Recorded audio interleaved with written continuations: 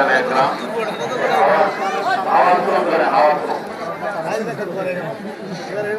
এটা আমরা কান্দা লাগবে না উনি কি এমন এবং কেমন ছিলেন এটা এই জানাজায় উপস্থিত হয়েছেন তাদের সমাগম থেকে বোঝা যায়। ওনার দূরদর্শিতা এমনই ছিল যখন আল্লামা আজহার আলী আহমদ শাহ রহমতুল্লাহ আলাইহি ইন্তেকাল করলেন, তিনি জামিয়া ইমদাদিয়া মাদ্রাসার সর্বোচ্চ কমিটি শুরা কমিটির সভাপতি ছিলেন। উনি সুরাকিয়া মাঠে